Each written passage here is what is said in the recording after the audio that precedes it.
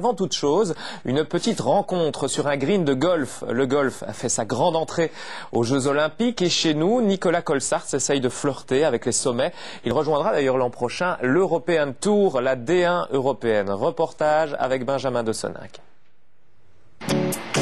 Waterloo, Passy, Morne, la plaine, quand, à l'heure du tee, une silhouette se détache dans la rosée automnale. Une silhouette qui déclarait il y a 9 ans...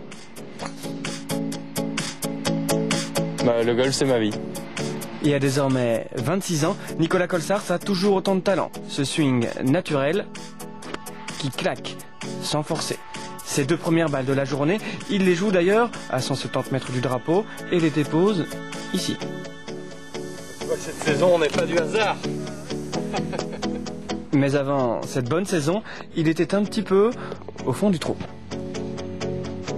Moi, je suis passé justement par ces hauts et ces bas, donc j'ai touché le fond déjà un petit peu. C'est de là que vient un peu cette remise en question. Je sortais beaucoup, je m'entraînais beaucoup moins, et puis l'excitation de préparer un tournoi de 3e zone, parce qu'à ce moment-là c'était vraiment 3e zone et même pas de 2e zone, était vraiment au plus bas. Mais pour réapparaître et remonter parmi l'élite du Tour européen, il a fallu de bons résultats sur le Challenge Tour grâce à une préparation minutieuse en Australie l'hiver dernier et à une adaptation mentale pour un sport dont il parle toujours avec autant de passion. Le gros benchmark en golf, c'est évidemment qui l'envoie le plus loin, quoi. C'est toujours un truc qui excite tout le monde, mais ça reste un sport de toucher. Ça a quelque part un côté assez artistique, donc mettre des effets aux balles, varier les trajectoires, jouer d'un côté d'un drapeau par rapport à un autre, c'est des trucs. Ça peut être un peu comparé à un jeu d'échecs. Le golf est bien un sport.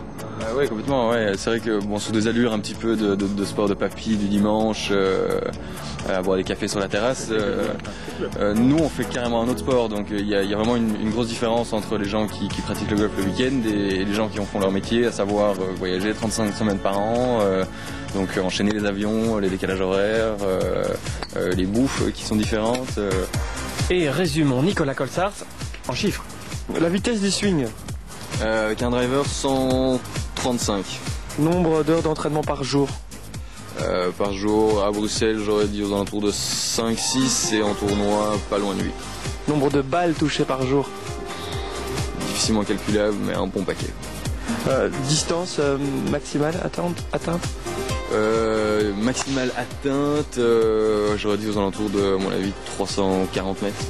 On rajoutera 2 titres en 2009 et plus de 1000 places gagnées au classement mondial pour atteindre la 146e, ce qui le qualifierait à ce jour pour les JO de Rio, pour lesquels le golf fera sa réapparition en 2016. Je pense que c'est surtout débarquer dans un stade aussi avec toute la délégation, et ça doit être des moments magiques, je pense, clairement. Maintenant, ouais, moi je suis ravi que le golf soit aux Jeux Olympiques, parce que c'est un sport qui véhicule carrément toutes les valeurs de l'olympisme depuis toujours. Reste pendant 6 ans à garder la locomotive belge sur de bons rails, mais il est prêt à dégainer plus vite que son ombre, en sachant que Nicolas vient sans doute de franchir les obstacles les plus piégeux de son début de parcours.